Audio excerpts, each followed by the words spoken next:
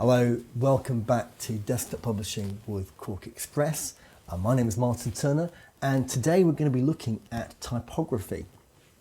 Now, last time we talked about paragraph and character styles, and you saw a wealth of choices as to what you could set. But the question, which is the more important question often, is not what should you set, but why should you set things in particular ways. So here on my screen, I've got my elemental typefaces, and I call them that because really most typefaces you find which are suitable for setting in body or title text are going to relate in some way to these typefaces or ones like them. So it's not quite a periodic table of typefaces. Someone's done that. It's very, very entertaining. But these are your kind of archetype faces. And up here on the left, we've got Helvetica. Everyone knows Helvetica. It's been on computers for years. It's widely regarded as the finest typeface by some people, or as the most boring typeface by other people. Then down here, we've got a set of fonts which are in some ways similar to Helvetica, but aren't. So they're all, like Helvetica, sans serif fonts. They're fonts which don't have any little attachments on the ends of letters. And here at the bottom we've got Futura. Futura is a geometric, and it's really been kind of created with ruler and compasses, and it looks like it. Look at that A. Look at how kind of rounded that is. This T, it's a kind of clear cross. The U is utterly functional. And although Futura is from the beginning of the 20th century, it still feels very modern. However, it's not particularly legible because it's got a small X height. We talked about that another time. So you've also got Avenir, which is a bit more of a modern version of Futura, or not really a version of Futura. It's got many more kind of standard forms, but it still is a geometric. Look at that Q, and look at that lowercase g. So that's Avenir, and if you feel that you want to use something geometric and quite modernistic, but Futura is too far, Avenir is a good choice. Now over here we've got Eurostyle. Eurostyle is a very kind of industrial machine type font. Again, those O's and the S's and the E's really look like 1970s science fiction or contemporary industrial design, maybe something from IKEA. Eurostyle is a strongly kind of shaped font. Then we have DIN, which was, I think, created in Germany and actually is a kind of standard font and was used, I think, on German transport for very many years. And you can also get templates to actually draw out DIN with a rotaring pen. And so you saw DIN on many architectural drawings, and it's got many associations of technical work. And now we've got Universe, which is a much more humanistic version. If you look at the letter forms, we haven't got time to right now, then you'll see that the kind of Leonardo drawings of the human being are in there. And now over here we've got Gill Sans. And Gill's a very British font. It's completely quirky. No two letters are quite alike. Somebody showed me from the Print Museum in London the original drawings of Gill, and they are extraordinary to see those. But if you look at that G, what's going on there? It's kind of strange G. You've got that J with the cut-off bottom. You've got the P and the Q, which are subtly different, and all kinds of things. And then that A is extraordinary, just the way that works. But that's Gill for you. And British Transport, so the rail service, used that for years and years and years as their kind of house font. It's kind of regularly irregular. And then another choice is Franklin Gothic. It's got a slightly more conservative feel. And then we've got Frutiger, which the UK's National Health Service uses and was created for French airports, and it's a highly legible font. Then moving across, we've got Optima, which is a flare serif. So although it's a sans serif in the sense there's no ornaments on the ends, if you look at the bottom here, you'll see that it just flares out slightly. And Optima is called Optima because it's supposed to be the best of all worlds between sans serifs and serif fonts. And some people love it. I actually personally love Optima. It's maybe less important than it used to be. And now we've got Fritz Quadrata. And Fritz Quadrata it looks like it was made to be kind of carved into stone. This is an extraordinarily robust font. You don't see it very often these days, but when you do see it, it makes quite an impression. Then over here, we've got the kind of Renaissance school of serif fonts. So on over here, we've got Garamond. Everyone knows Garamond. There are lots of versions of Garamond going around, and some of them are quite different from the original Garamond. So ITC Garamond, which is highly legible. It's not very Garamondy.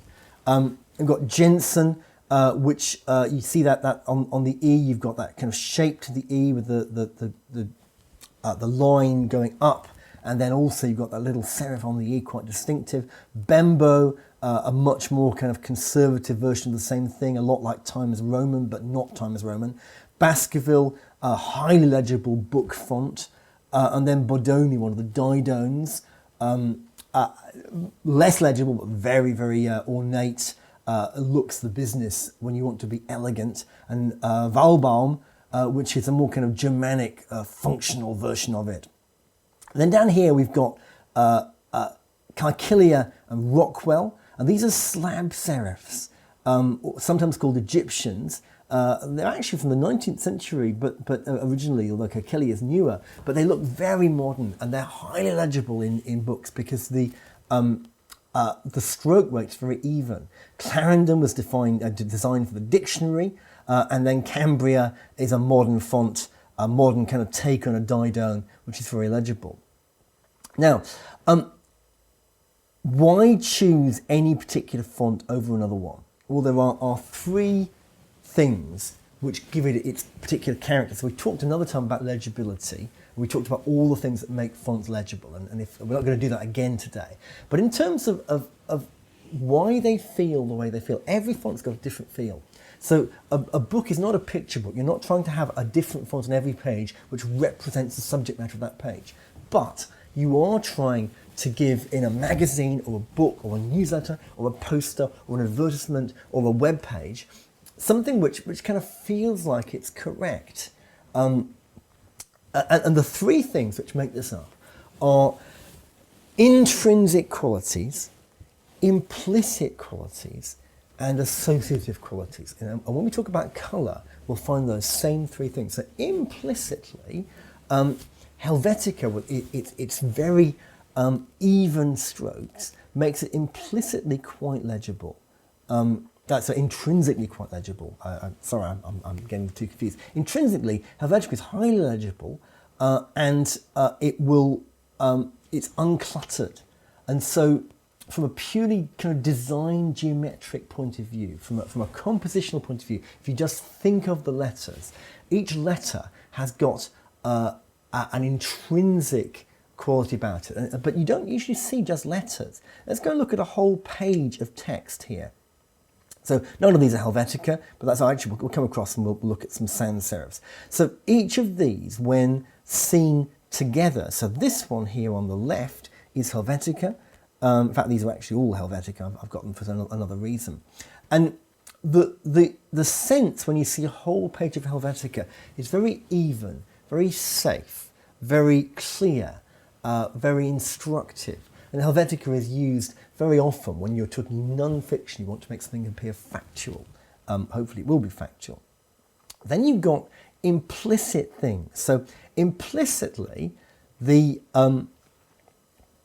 slab serifs look like they've been carved in stone with a geometric precision, whereas the older Renaissance serifs, like the Garamond, they look like they've been created with a pen and with the serifs put on them. When you get through to Bodoni, that really does look like it's been created with a pen, but Walbaum looks like it's been created with a pen and a ruler. And then obviously down here we've got Futura, which actually was created with ruler and compasses, and which is implicitly geometric. And so by implication, fonts suggest the way in which they were created, and DIN particularly, as it was so suitable for using a rotating pen and a template, can implicitly suggest architectural drawings, technical work. But then you've got the final one is associations, where you've seen Helvetica so often on things which are true that it appears to be true. One of the reasons why Arial, Times Roman, and Comic Sans appear to be amateuristic or untrue is that they are the defaults for the early versions of Microsoft Word. And so you saw thousands and thousands and thousands of letters written in Times Roman, which was completely inappropriate font for a letter. It's a newspaper font designed for print, and they just looked a little bit odd. And people never quite understood why a letter written in Times Roman seems to be less credible than one written in American typewriter, which is of course a typewriter style font, though it's not actually a typewriter font at all. Arial is widely considered to be inferior to Helvetica, although it looks quite similar. Why? You could say, well, geometrically it's not quite as good. We can argue about that one, but Arial has been used so often for quite amateuristic documents done in Word with poor layout that you associate it with poor layout. And of course, Comic Sans is almost always used inappropriately. It was designed as a kind of note-taking letter. And so whenever you see it, it's like a red nose, it's trying too hard. So that's fonts for a little bit. Let's now talk about justification. So down here on this page of Helvetica, you've got left justified, right ragged. So in our measurements at the bottom here, we can see, if you just look on that, that's the, this one is left. This one in the center is justified. And this one on the right is right justified. Now, beginners often try to set things right justified or centered. Unfortunately, although it looks kind of quite nice on an invitation, these are actually very hard to read. The eye needs to keep a pretty constant line down the left-hand side in order for it to get to the next line. So when something is right justified, as it is over here, just blow that up, what you get is this is obviously Latin nonsense text, but if it was regular English text, it would be very hard to read indeed, and you'd stop reading quite quickly. Things always used to be set in fully justified, and that's making a return now. Actually, if you look down at this line here, you'll see one of the issues with fully justified is you tend to get rivers of text, rivers of white rather, opening up in the document because the spaces, in order to justify it, have to be broadened out. And although the justification can be done by letter spacing or word spacing, it's got to be done somehow. And the result, therefore, can be less legible. But most formal documents will be done in fully justified. You'd expect a novel to be fully justified both sides. Letters were fully justified both sides for quite a long time to give a greater sense of formality. I think that was a mistake, but you still get them sometimes. Most documents these days are set left justified, right ragged, and that creates a rhythm down the page here. But you need to work on that because you can see this kind of vix quinquinalis here just sticks out. And you might want to do a command hyphen, control hyphen on the PC, just to make that a smoother, ragged edge. What you can actually do, and I explain this in the book, but there's no time here, is create a hanging character style, which will do some quite complicated work. It slows things down a bit for a long book, but which will give you a really smooth ride on the side there. Now let's talk about hyphenation. Let's talk about hyphenation. Let's talk about narrow columns. As you can see in this narrow column on the left here, it really is quite ragged. This is from a book. I think this is The Prisoner of Zenda. Now we've put some justifications, some better justification. It's less ragged. Here is a fully justified one, and you can see just all these spaces opening up. And we do various other things with that. Ideally, a column should have, I think, 9 to 11 words in it. And once you get into these very narrow columns, it becomes very difficult to set text in a way which is going to be legible. So you're either going to have to set the font much smaller, or you're going to have to set flush left, ragged right, and hyphenate, otherwise it just starts looking ridiculous. Narrow columns look great from a design point of view, but they look poor from a typographical point of view. And you also need to make sure that no sentence goes on to more than 3 lines, which is one reason why newspapers, which use very narrow columns, write in such short sentences. And certainly you can't have any word which is hyphenated twice onto 3 lines. That's absolutely faux pas. It always looks wrong. Well, okay, that's just a few thoughts about typography. We've talked about choosing fonts to be appropriate to what you do. We've talked about the intrinsic, the geometry of the font, the implicit, how it looks like it was made, and the associative. We've talked about justification, and we've talked a little bit about some of the issues of that. Remember, for maximum legibility, about 9 to 11 or possibly 7 to 13 words per line. A standard word for that is 5 letters long. Anything much less than that, and it starts jiggling around, it's hard to follow the flow. Much longer than that, the eye gets lost on the line. And again, if it's fully justified, you can really only do that in quite long lines, because otherwise these rivers of text start opening out and it just becomes ridiculous. Well, I hope that's been informative. We're back next time with more, but this has been Desktop Publishing with QuarkXPress. My name's Martin Turner. I'm the author of the book Desktop Publishing with QuarkXPress. You can get that from Amazon or from your local bookshop. Thanks for watching.